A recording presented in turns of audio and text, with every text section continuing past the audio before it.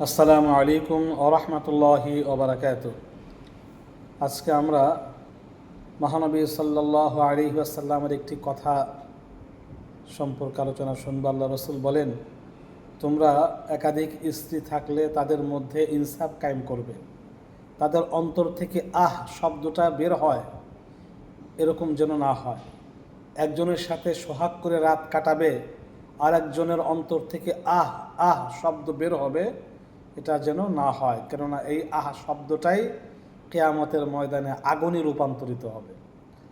মহানবী সাল্লাল্লাহু আলাইহি ওয়াসাল্লাম যে কোনো বস্তু তার বিবিদের মধ্যে দেওয়ার সময় মেপে মেপে সব স্ত্রীদের পিছনে মেপে প্রদান করতেন, যাতে বেইনসাফ না হয়। মহানবী সাল্লাল্লাহু আলাইহি ওয়াসাল্লামের 11 জন স্ত্রী, শেষ পর্যন্ত 9 জন ছিল। আল্লাহর রাসূল সফরে গেলে স্ত্রীদের মধ্যে লটারি করতেন, কে যাবে।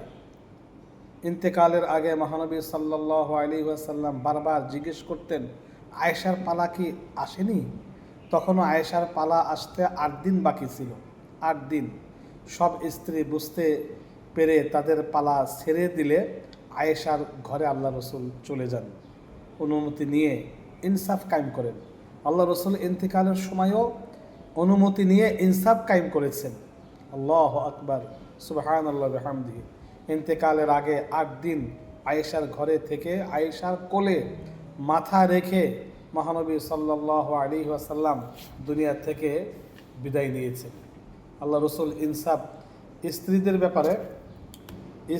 ব্যাপারে ইনসাফ করার ব্যাপারে যে বলেছেন যে, আমি মিরাজে গিয়ে দেখলাম এক সম্প্রদায়কে দেখলাম যাদের বাহু আগুনের অঙ্গারে জ্বালানো হচ্ছিল, যাদের 2 হাত বাহু আগুনের অঙ্গারে জ্বালানো হচ্ছিল, মারাত্মক আগুনে। জিবরাইল আলাইহিস সালাতু ওয়াস সালামকে জিজ্ঞেস করলাম যে এরা কারা? জিবরাইল বলেন, ইয়া রাসূলুল্লাহ, এরা হলো ওই সমস্ত লোক যারা একাধিক স্ত্রী গ্রহণ করে একজনকে সোহাগ করেছে, আর একজন সারা রাত কষ্টে শব্দ করে কান্নাকাটি করেছে। তার শব্দটাই, তার অন্তর থেকে ভিতর থেকে এসে আসা আহাটাই এই আগুনে, এই মারাত্মক আগুনে রূপান্তরিত হয়েছে, তাকে জ্বালাচ্ছে। সেই আগুন আজ তাকে জ্বালাচ্ছে।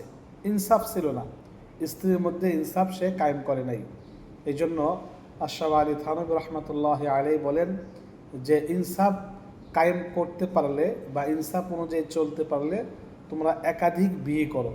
আর যদি ইনসাফ কায়েম করতে পারবে না, এরকম আশঙ্কা হয়, তাহলে এক স্ত্রীতেই জীবন পার করে দাও। আল্লাহ পাক রব্বুল আলামিন আমাদেরকে একাধিক স্ত্রী থাকলে তাদের উপর ইনসাফ কায়েম করার, যেমনটি মহানবী সাল্লাল্লাহু আলাইহি ওয়াসাল্লাম করেছেন, তেমন ইনসাফ কায়েমের তৌফিক দান করুন। আমিন।